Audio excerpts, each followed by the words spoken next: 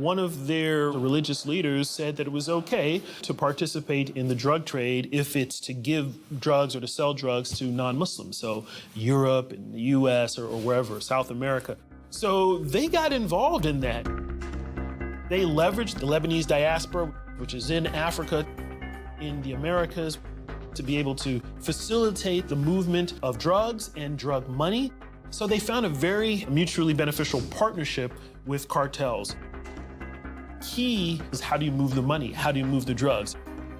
Hezbollah has been able to really leverage its network very well to do this. And what do they get out of it? So what do they get? They get money. Money for weapons, rockets, guns, grenades for their fighters.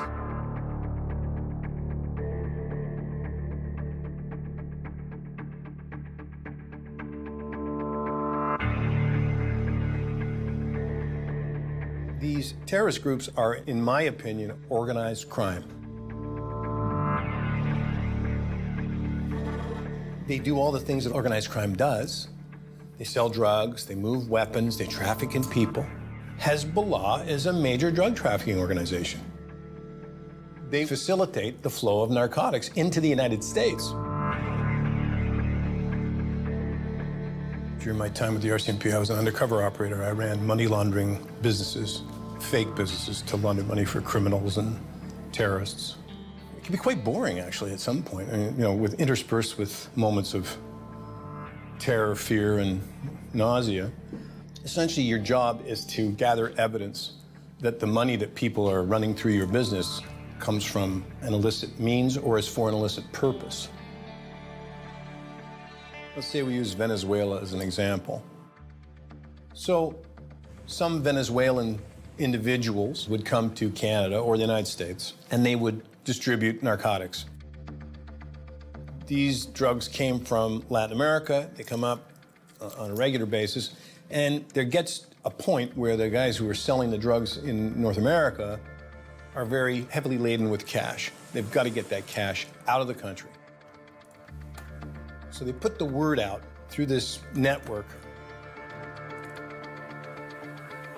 Then a bunch of disparate organizations around the world will say, we can move that money for 15 points in 9 days. And everybody sort of bids, like the stock exchange. And then someone will get the mandate to do it.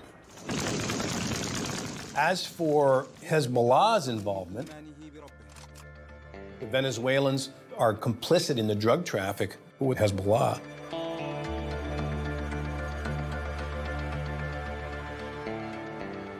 So what makes these guys any different from regular criminals? I submit that there isn't any difference.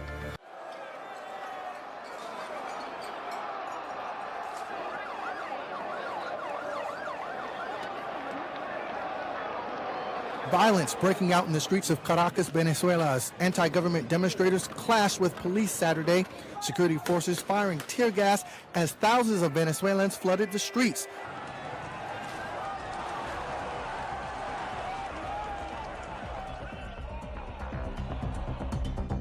In 1998, Hugo Chavez became president of Venezuela and immediately made very clear his hostility to the United States, trying to reduce the U.S. influence, certainly in Venezuela, but more broadly in Latin America. So he made common cause with hostile governments.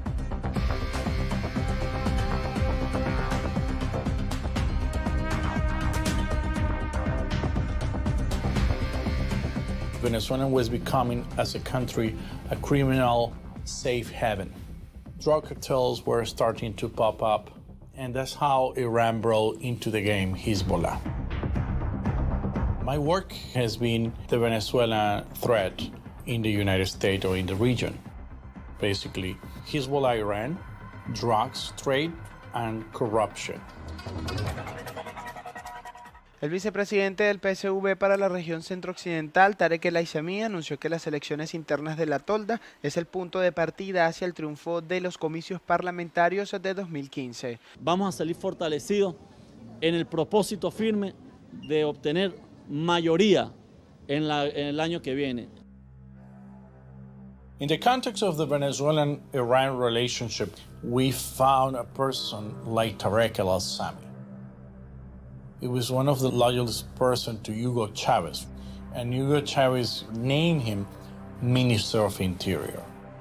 His family immigrated to Venezuela, associated with radical Islamic causes, and the word got out that he was distributing identification cards to thousands of people of Middle Eastern background.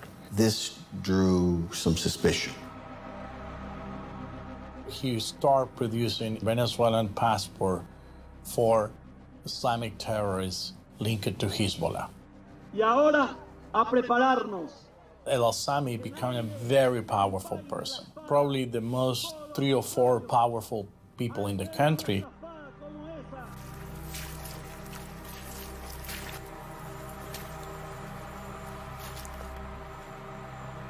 His brother, Perez, was the person operating the commercial relationship for drug business for the cartel of FARC, Cartel de Sinaloa, and Hezbollah.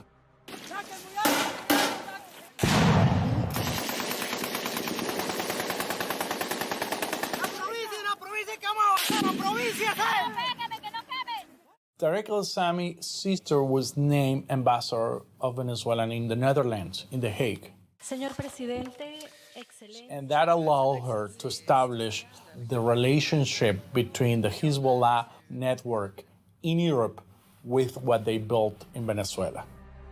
Hezbollah take all those shipments of drugs coming from Venezuela through the port of Rotterdam in the Netherlands, through diplomatic channels and through diplomatic cover.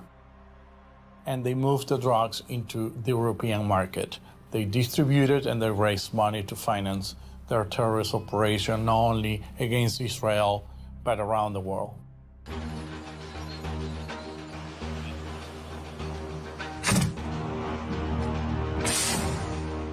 I look at Hezbollah as being probably the most proficient criminal organization in the world, as well as being a terrorist organization. I was in the FBI for 28 years.